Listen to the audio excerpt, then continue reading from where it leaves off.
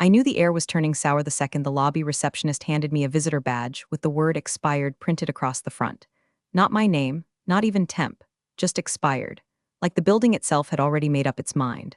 11 years of holding Muradyne together through layoffs, pivots, and two separate rebrands, and suddenly I was just a dusty milk carton in HR's back fridge. I was still adjusting my blazer when Kaya Levant strutted through the mirrored glass doors like she was auditioning to play CEO Barbie in some dystopian knockoff. Skin-slick suit, clunky heels that clacked like an execution drumroll, and that smug little smirk that screamed I Googled leadership on the plane. She didn't look at me when she passed. Didn't need to. I'd been in this game long enough to recognize a hatchet behind a handshake. They called an emergency leadership meeting at 10:15. Not even a full bagel into the welcome breakfast. I thought I'd be introducing her to the ops team, maybe walking her through the Q4 risk mitigation plan. Instead, I walked into the boardroom to find half the C-suite already seated like they were waiting for a magic trick. Kaya stood at the head, arms crossed, expression pure linked in bravado. Before we get started, she chirped. There's a small matter of realignment. I didn't even sit down. She turned to me with the dramatic flair of someone who thought cruelty was a leadership style. Rachel Connolly, your time here has been appreciated, but we're ushering in a new era. And that era doesn't include legacy roles. Someone actually gasped. Like this was a live soap opera, and I'd just been pushed down a flight of narrative stairs. Kaya tilted her head, all faux empathy and PR polish. Thank you for your service, but your time is over. I didn't flinch, didn't blink, just stared at her like I was watching a toddler play with power tools. I'd buried 3 bosses more competent than her and built the very infrastructure she was now too arrogant to understand. But you can't teach calculus to a goldfish, so I smiled, tucked my badge into my purse, and said, then I guess I won't waste your time. No one moved, no one breathed. I turned and walked out, the silence behind me thicker than the breakroom lasagna after an all-nighter deployment. Elevator doors closed behind me, and only then, did I allow my lips to twitch. Because I knew something Kaya didn't. The ink on the closing prep was still wet, and I had a 3 p.m. with the one group she should have never underestimated. But we'll get to that. Real quick, though, before we dive any deeper into this mess of betrayal, power plays, and cold revenge served through legally binding PDFs, take a second to subscribe and like this story. 90% of y'all forget, and it really keeps the team going while we dig through this corporate chaos. Plus, you don't want to miss what happens next. Trust me. Anyway, back to the elevator. As I descended 14 floors of polished steel and poor decisions, my phone buzzed. Calendar alert, closing prep 3 p.m., Caro Equity private room. I didn't need to open it. I knew what it meant. Caro Equity wasn't just a private equity fund. It was the scalpel I'd spent the last 6 months sharpening behind the curtain. While Kaya was off doing vision quests with McKinsey Rejects, I was helping draft a quiet, leveraged pathway to majority acquisition through Caro's underleveraged shell subsidiaries. A carve-out here, a side agreement there. Legalese so dry it'd crack your teeth, but inside it, power. She thought she was entering her new era. Turns out it was mine. By the time the elevator hit floor 9, I'd already deleted Kaya's welcome memo from my inbox. By floor 5, I'd unsynced my Muradyne calendar. And by the time those doors slid open to the lobby, sterile and humming with artificial peace, my phone gave the softest buzz. Calendar ping. Closing prep 3 p.m. at Caro Equity private room. I didn't smile. That would have been too easy. I just slipped the phone into my coat pocket and kept walking. Past the interns pretending not to gawk. Past the HR director who suddenly found his shoes very interesting. Past the security guard, Brent, who gave me the smallest, most respectful nod I'd gotten in 11 years. I pushed through the revolving doors, stepped into the wind, and slid into the back of a black Lincoln Town car like I'd done it 100 times. Because I had. But here's the part Kaya didn't know, and bless her little buzzword-riddled heart, she never would have seen it coming. 6 months ago, I started noticing something strange during our Q2 vendor audits. Muradyne's board had been sniffing around for an exit strategy, and Caro Equity had been circling like a well-dressed shark. Most people saw a standard acquisition on the horizon. I saw an opportunity hiding in the footnotes. Caro had approached Muradyne with a surface-level interest, something clean, cosmetic, safe. But I'd met with their managing partner, Davis Lang, 2 years earlier at a logistics roundtable in Denver. Back then, he joked over burnt hotel coffee that he'd never invest in Muradyne unless it came with an ops brain transplant, so I gave him mine. Quietly.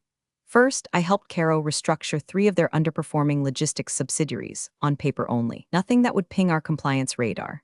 Then, with those shells properly starched, we used them to create an acquisition arm that didn't look like Caro. It looked like 3 struggling vendors trying to merge for survival. Harmless. By the time our internal legal team saw the LOI documents, the ink was dry and the clauses buried. I'd spent 11 years writing the very playbook they never thought I'd use against them. And Kaya. She walked in thinking this was a chessboard. It was a mousetrap. Flashback to a rainy Tuesday 3 months ago. I'm in a beige conference room in Midtown. Davis Lang leans over the table, hands me a set of draft agreements, and says, "We can't move unless we know we have a steady hand to run the thing post-acquisition. No offense, Rachel, but you don't scream private equity." I sipped my coffee. "Then let me write the clause that does." He raised an eyebrow. "You're serious, Davis? I've spent more time in Muradine's back corridors than the janitors. I know which servers host the contracts, who keeps shadow spreadsheets, and where the board keeps the real decisions. Hint, it's not the meeting room. You want this company to run post-acquisition? You want it to not explode the second you cut Kaya's leash?" He nodded slowly. "Then you'd be what? Operational partner?" I didn't blink. "Controlling equity partner." Silent until the call, then loud. That was the beginning. Now, back in the present, the town car pulls away from Muradine HQ. I don't look back. Let them hold their little all-hands celebrations, pop their sad welcome champagne, giggle about streamlined redundancy while they write over my name on the org chart. In 5 hours, that org chart's going to look very different. Because the thing about being underestimated is it's a kind of freedom. While they ignore you, you build, you maneuver, you position, and when they finally turn around, you own the floor they're standing on. Kaya's first strategy session was held in the glass conference room they renamed the Innovation Hive, because of course it was. The room I'd once used to hash out contingency protocols and risk models now smelled like dry erase fumes and empty ambition. She stood at the head of the table like she'd won a raffle, flanked by execs too scared to cough without permission. Her slides were a fever dream of buzzwords: synergy, disruption, agile reinvention. I saw a picture later. Someone from marketing snapped a shot and sent it to me with the caption, "She thinks the boardroom is Coachella." Kaya was glowing. Not with insight, but with that specific kind of delusion only people with zero skin in the game can afford. She talked about trimming the fat while her own onboarding still hadn't cleared IT security. She claimed Muradine needed a new voice after muzzling the only person who knew where the fuse boxes were buried. "Today is about rebirth," she declared. "We're shedding outdated structures, embracing velocity. It's time to build something leaner, louder, lateral." Lateral. She actually said lateral, as if leadership was a damn slip and slide. Then came the moment I'd been waiting for. An HR manager, bless her anxious little heart, raised her hand. Should we coordinate our new strategy with the acquisition call?"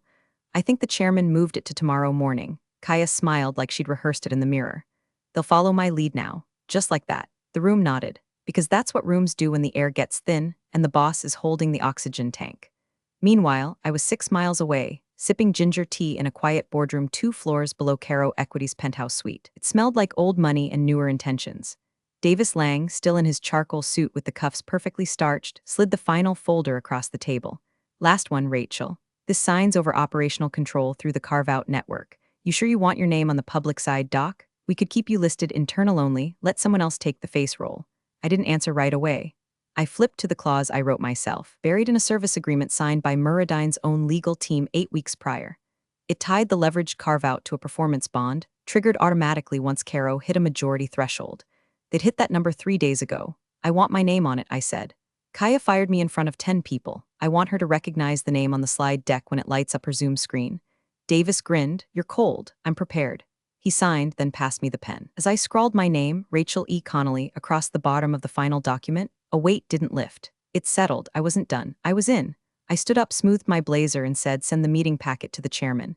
Title it Transition Readiness Brief. Add Kaya's name under role pending review." Davis raised an eyebrow. "That's brutal." "No," I said, already walking out. "It's structural." Back at Muradine, Kaya was still basking in the glow of her own self-appointed coronation. I could imagine the internal Slack lighting up with her gifts, her mantras, her team polls about which corporate animal are you? Let her have it. The next time her camera lit up, it wouldn't be a celebration. It'd be a reckoning. And the woman she'd fired, she wasn't just back. She owned the ceiling above her head. Kaya's mood started to sour around 2:40 p.m. The shift was small at first. Her Slack responses got shorter, punctuation vanished, and someone from product noticed her pacing outside the second-floor atrium, muttering into her AirPods like she was trying to threaten a pizza tracker. The rumor mill didn't help. By late afternoon, internal comms had confirmed that the upcoming acquisition call, originally slated to be a victory parade for Kaya's new era, would now be chairman-led. No explanation. No agenda changes. Just a quiet reshuffling of who would be speaking and when. In a company like Muradine, where every memo had a spreadsheet and every spreadsheet had a blood type, that kind of deviation doesn't go unnoticed. Marketing flagged it. Legal flagged it. But when someone from investor relations gently asked if they should adjust Kaya's speaking time, she waved it off like a fly near her kombucha. "They'll adjust to my leadership style. Let the chairman have his welcome moment." Her tone was airy, but I guarantee her stomach wasn't. Because here's the thing about people like Kaya, they always mistake silence for approval. Meanwhile, 3 floors below Caro Equity's legal suite, I sat in a soundproof room with polished oak walls and contracts that had more zeros than Kaya had hours in the role. Davis Lang entered with a leather binder, his expression unreadable. "You sure you want to pull the trigger now?" I nodded. He slid the binder across the table. Inside, the final execution docs for the carve-out clause embedded in Service Agreement 014B, a clause that had been signed into existence nearly 6 months earlier under the guise of vendor reallocation. Buried in the language was a little gem, Clause 7.2. C, which triggered transfer of operational authority upon accumulation of leveraged majority through Caro's subsidiaries. A quiet clause. Cold. Boring, untouched by anyone except the person who drafted it, me. I read it one last time, not to check the language, I knew it by heart, but to savor it. I signed the first page, then the second, then the confirmation letter of controlling equity. By the third signature, I felt it not relief, not triumph, just an anchoring, like I had stepped fully into something I'd been rehearsing for years. I passed the folder back to Davis. "It's done," I said. He nodded and stood. "Then I'll forward the materials to the chairman for call prep. Your advisory title flips active at midnight. Controlling interest updates at 8 a.m. Eastern just before the call. You'll have visibility on the transition deck. It's already uploaded to the shared drive," I said. "Kaya's name is flagged in yellow, pending role evaluation." Davis gave a low whistle. "You didn't come to play, I came to finish." He chuckled and left. I stayed a moment longer. Let the silence soak in. No one to interrupt. No one to dilute the moment with applause or congratulations. I just sat there with the reality of it. After 11 years of holding things together in the background, keeping systems aligned, smoothing executive tantrums, cleaning up messes I didn't make, I was finally in a position not just to clean house, but to own it. Back at Muradyne, Kaya was likely still strutting through the halls, trailing interns and middle managers like a motivational parade float, unaware that every door she passed already belonged to me. She'd fired me like I was a relic. Tomorrow, she'd log into a call and discover that her era had expired before it even began. The morning air felt electric, crackling with the kind of tension you don't name out loud but everyone tastes. It was acquisition day, which meant suits were ironed, mugs were refilled twice before 8 a.m., and every executive with a pulse was frantically grooming their LinkedIn like they might be offered a promotion or a no-fault exit package. Muradyne's 11th floor conference suite, usually reserved for legal reviews and end-of-quarter yawns, had been converted into a full command center. Monitors, floral arrangements, catered breakfast no one touched. Kaya had requested a ring light and insisted on sitting in a chair 2 inches taller than everyone else's. Symbolism. I guess the call was set for 9 a.m. sharp. By 8:45, the participant list looked like a shareholder who's who: investors from Zurich, partners from Seoul, acquisition attorneys from Boston, and every Muradyne board member who could spell liability. Kaya took her seat front and center, face powdered, blazer crisp, the smile on her face straining under the weight of something she didn't quite understand. At 8:59, the chairman joined. He was old school, wore the same gray tie to every deal call since 2003, called people kid, and once ended a board meeting by quoting Sinatra. But there was nothing whimsical about his tone this morning. "Thank you all for joining," he said, his voice slow, deliberate. "Today marks a pivotal step in Muradyne's evolution. We are finalizing controlling ownership transfer in accordance with our prior agreements and restructuring protocols." Kaya leaned slightly forward, fingers tented like she was preparing to soak in her praise. The chairman continued. "As of this morning, the controlling entity of Muradyne Systems is Caro Equity, and I'm pleased to introduce their appointed operational partner effective immediately." A pause, a beat longer than necessary. Then the screen updated. Rachel E. Connolly, big, bold, uppercase. My face, live feed on, framed in the soft backlight of Caro's conference suite, perfectly centered beneath the words. Executive Transition Advisor Caro Equity. The screen caught Kaya mid-reaction, smile faltering, eyes darting, lips parting just slightly. She blinked once, twice, then just loud enough for someone near her mic to pick up. She whispered, "No, it can't be." The silence that followed wasn't technical, it was emotional. I spoke clearly without effect. "Thank you, Chairman Ellis, and thank you to all stakeholders and participants for your continued confidence. I look forward to facilitating a smooth operational transition as we align with Caro's restructuring objectives." I didn't look at Kaya directly. I didn't have to. In the side panel, chat messages began to appear. "Wait, Rachel, didn't she get fired last week? What's going on? Operational partner?" Kaya reached for her mouse like it might save her. Maybe she thought she could turn off the screen or rewind the moment. But you can't mute reality. Chairman Ellis returned, unbothered. "You'll all find a digital packet in your inbox outlining transition measures. The floor is now open for strategic remarks from Caro's new leadership." I clicked share screen.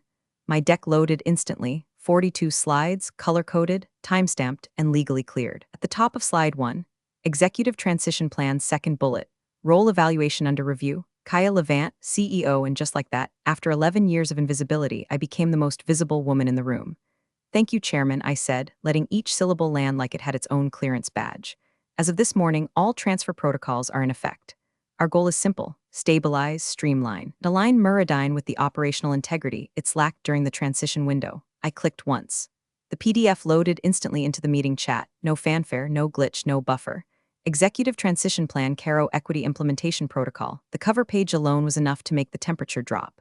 Clean white background. The Caro logo in the top left corner. And in bold font below, status review, executive leadership roles immediate. And then 3 lines down like a scalpel hidden in a velvet case. Name, Kaya Levant. Position, CEO interim role under review. Status, pending evaluation. Q4 compliance metrics incomplete. You could hear it even across a virtual meeting with 64 participants, keyboards clacking, microphones being fumbled with, someone breathing sharply through their nose. The live chat erupted in a kind of slow-motion panic. Is that real? Pending review. Wasn't she just confirmed CEO last week? Rachel is back? Holy shit, Kaya didn't speak. Her square on the screen stayed frozen, face blank and unmoving, cursor hovering over God knows what, probably the leave meeting button she was too stunned to click. Her expression was the facial equivalent of blue screen error, all confidence drained, every calculation she'd made scrambled into static. I continued like I was reading off grocery items. Slide 2 details the current division alignments. You'll see that risk and compliance will now report directly to Caro's advisory board, with restructuring oversight under myself. Slide 3 includes performance summaries by department, which we'll be using to evaluate retention packages and realign leadership bandwidth. Slide 4 was where the oxygen left the room. C-suite performance index forecasted adjustments, color-coded, time-stamped, metrics aligned. Beside Kaya's name, leadership viability insufficient, next line, strategic direction clarity non-determinate, next line, retention rating unfavorable. It was brutal, but it was methodical, it was clean, and it was signed off by 3 legal entities, including Muradyne's own counsel. Because the clause they'd all missed, clause 7.2c, wasn't buried in legalese. It was sitting in a document they approved, I knew, because I'd drafted it, reviewed it, filed it, and bookmarked it with a silent kind of vengeance. Further questions, I said, can be directed to Caro's internal review team. We'll be hosting breakout sessions post-call to address transition logistics. I recommend prioritizing compliance documentation and leadership disclosures as outlined in your emailed packet. Kaya finally unmuted. A breath. Then, this is a misunderstanding. I wasn't informed of any transition vote, or Chairman Ellis cut in, voice as soft as it was lethal. Kaya, please hold your comments until the agenda concludes. She froze. Her mouth hung open like someone had hit pause mid-sentence. I didn't turn off my camera. I let her look. Let her see the woman she fired 3 days ago. The woman she dismissed in front of her peers. A woman who'd spent a decade wiring the company's internal scaffolding so tightly that even a single arrogant misstep, her misstep, could bring the whole thing down. Let's move on, I said. Next slide. My tone never shifted. My breathing never changed. I delivered Kaya's professional eulogy in bulleted points and budget pivots. No shouting, no theatrics, just quiet procedural annihilation, and she couldn't do a damn thing about it. By 9:43 a.m., the word confirmed had been said 7 times. Each one striking like a gavel in a courtroom. Kaya didn't even realize she'd been summoned to. The legal representative from Caro's M and a counsel, a woman named Sadie Benton who looked like she flossed with red tape, clicked her mic on and read with surgical calm. As of 8 a.m. Eastern this morning, Caro Equity completed its acquisition of a controlling interest in Muradyne Systems via instrumented carve-out transfer. The documentation has been verified, notarized, and uploaded to the board's secured repository. All signatures match, compliance is intact, and the operational partner assigned by Caro is now listed with full executive oversight authority under the revised Leadership Transition Clause, referred to Appendix 6. Translation. Wasn't just in the room, I was the room, and the silence that followed didn't feel like confusion. It felt like reverence. Then came the first ping, congrats Rachel, about damn time. Mark Chen, CFO board member, followed by, looking forward to your guidance moving forward. L. Grace, Strategic Ops Committee, welcome back, we missed your voice. Elliot Rains, Investor Liaison, each one landed in the public chat, time-stamped and glowing like little digital daggers. I didn't smile, I didn't nod, I just said thank you and moved on to the next section of the deck. Kaya tried, she really did. At 9:49 her mic flickered on again. There was a hitch in her voice, subtle but unmistakable. The kind that happens when someone's throat tightens around too much pride and not enough leverage. I have some concerns about how this transition was communicated. I believe there are misunderstandings that Chairman Ellis interrupted with the grace of a man who's done this dance far too many times. Kaya, he said, voice even, please remain muted until we complete the agenda. Her mic clicked off mid-sentence. It was brutal, surgical, almost cruel, but also policy. I didn't look at her, not once. She wasn't the audience anymore. She was an item, a bullet point. I walked the board through the integration timeline, mentioned how departmental assessments would begin the following Monday, referenced the upcoming compliance audit that had conveniently been pushed twice during Kaya's honeymoon tour of corporate transformation. No one questioned it. No one defended her. She was CEO on paper, sure, but that paper was currently being archived with the label outdated role structure do not reference. Every line of code I'd written into those contracts, every dull clause no one read, every signature quietly obtained in conference rooms with too much air conditioning and too little coffee, it had all come home to roost. And now I stood exactly where Kaya never thought I'd be. Not fired, not forgotten, but elevated. Elevated in silence, supported by ink, and confirmed by people whose names carried more weight than any one rebranding campaign ever could. By the time we wrapped the call, the chairman's closing remarks were dry but final. We appreciate everyone's time. All action items will be distributed by Rachel's team. This meeting is adjourned. Cameras flicked off. Kaya's disappeared without ceremony. And me? I sat back, exhaled once, and looked out the floor-ceiling window at a city that hadn't changed, but I had. I didn't need to look at her. She'd already seen enough. They say when a person knows they've lost, their footsteps change. They get slower. Not heavier, slower, like the body is trying to drag the moment out before it fully crashes down. That's how Kaya walked into the room. Same glass walls she once strutted past like they were mirrors made just for her. Same oak conference table she'd kicked me out of, claiming we needed a new tone at the top. Now, she stepped in like she was approaching a surgical table. I was already there, chair pulled out, tablet in front of me, leather folder to my left, and a stillness so loud it made the HVAC hum sound like applause. She sat across from me, stiff, defensive, the way a deer might sit if it knew the hunter was there out of courtesy. Kaya, I began, my voice measured like I was reciting minutes from a meeting she'd forgotten to attend. Thanks for making the time. I didn't have a choice, she said, and even now her tone fought to maintain some echo of control. No, I agreed. You didn't. She opened her mouth, but I continued before she could reload. You'll remain on payroll through Friday.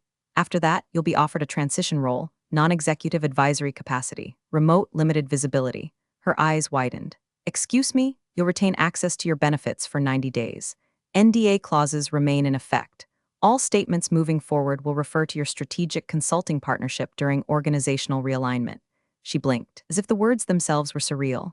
You're firing me. No, I said, you've already been removed. I slid the leather folder across the table. She opened it. Inside, a single page, a copy of her own executive employment agreement. Clause 14.2, second paragraph, highlighted in yellow. Termination may be executed at the sole discretion of the controlling ownership entity, without cause or prior notice, upon realignment of strategic direction or change in operational oversight. Her mouth opened. No sound came out, just a flush rising across her cheekbones like heat with nowhere to go.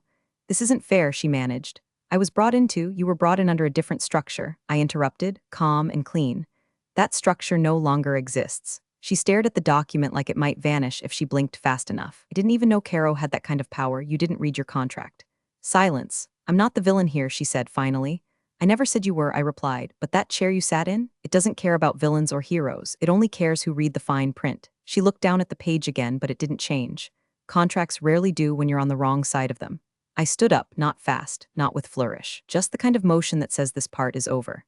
I'll have HR prepare your offboarding package. You'll receive a call by noon. You're not required to respond. She didn't follow me with her eyes, didn't say goodbye, didn't ask for reconsideration, because she knew I didn't reclaim my power by shouting or begging or scheming. I reclaimed it by understanding exactly what she never bothered to read. And now, I wasn't just holding the pen. I was the clause. 1 week later, the halls of Murradine were quieter. Not because anything had collapsed, far from it. The company was functioning like a well-oiled circuit board. Departments were calmer. Meetings started on time. And people smiled more, the kind of small smiles you give when the storm's passed and you're just grateful your name wasn't in the blast radius. The change started with the website. No announcement. No big news banner. Just a clean update on the leadership page. Rachel Connolly, Executive Chair, Strategic Oversight. No acting. No interim, just final, like it had always been there, like the universe had course-corrected. Kaya's name, gone, not buried, not hidden on some former leadership page. Gone, wiped like a temp login. Her badge had deactivated the Friday prior, security had buzzed her on the 6th floor, let her up manually, and escorted her to HR without ever saying a word. She didn't come back down through the front. Word spread quickly. The rebrand slides were pulled, her Slack account archived, the photos from the New Era welcome event quietly removed from the drive. Even the custom CEO Vision mugs in the break room had disappeared, like they'd melted in the dishwasher of fate.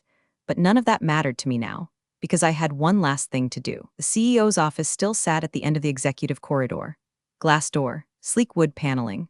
The potted plant Kaya insisted be replaced with a white orchid was already drooping from neglect. I didn't enter, didn't need to. That room had never held the power, it just borrowed it. I walked past it, heels steady, the quiet click of each step echoing off polished concrete and whispered apologies no one dared voice aloud. At the end of the hallway, the boardroom, the same room where I'd been fired. The same table where Kaya had looked down at me and said, "Your time is over," like she was reading from a fortune cookie dipped in cruelty. I pushed open the door.